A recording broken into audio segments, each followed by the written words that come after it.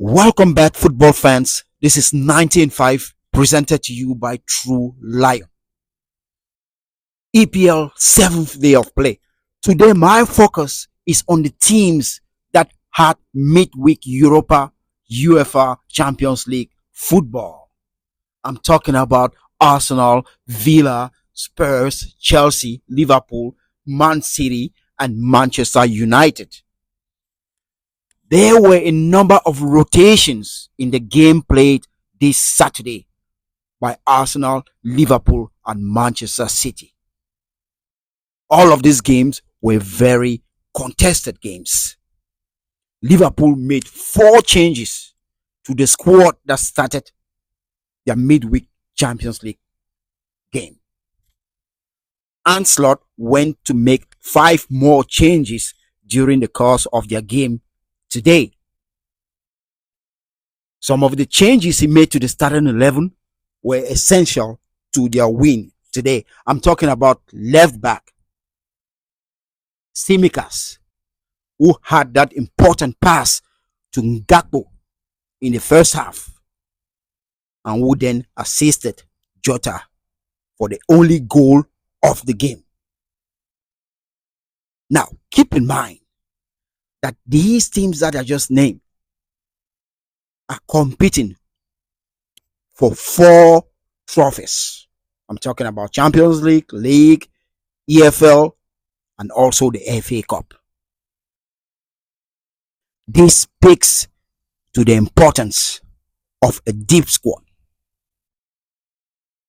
Liverpool's narrow win today against Crystal Palace also exposed one of the problems that they do have, which I think is their weakest spot, and that is defense.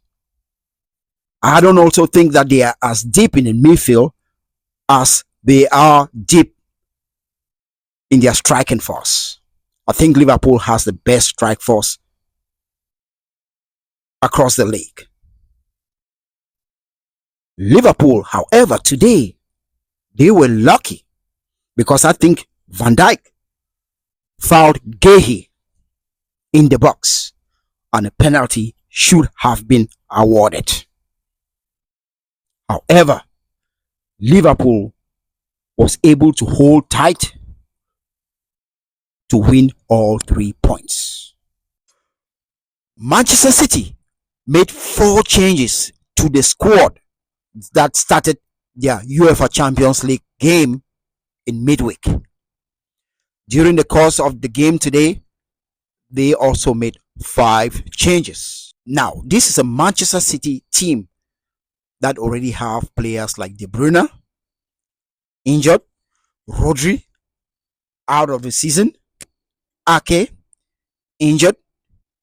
So you see why depth is important to a team that will compete in 4 phases: UEFA Champions League football, EPL, FA Cup, and EFL. Today, they were pushed to the brink by a good Fulham team.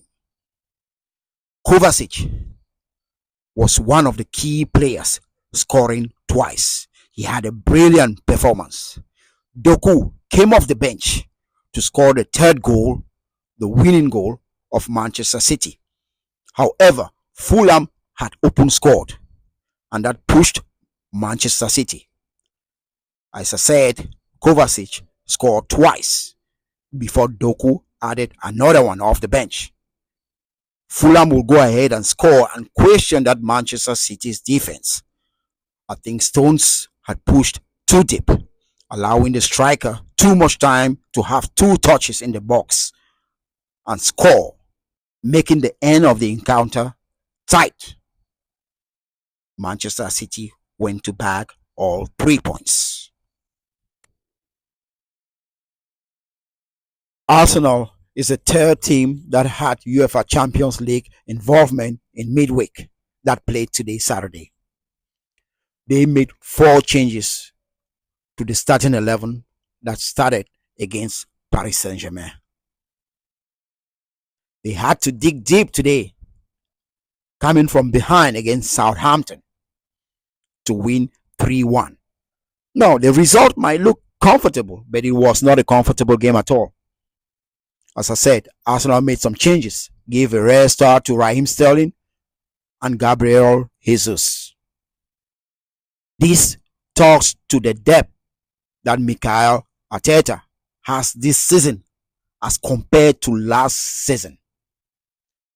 I know many will argue due to the performances of the two players I just mentioned.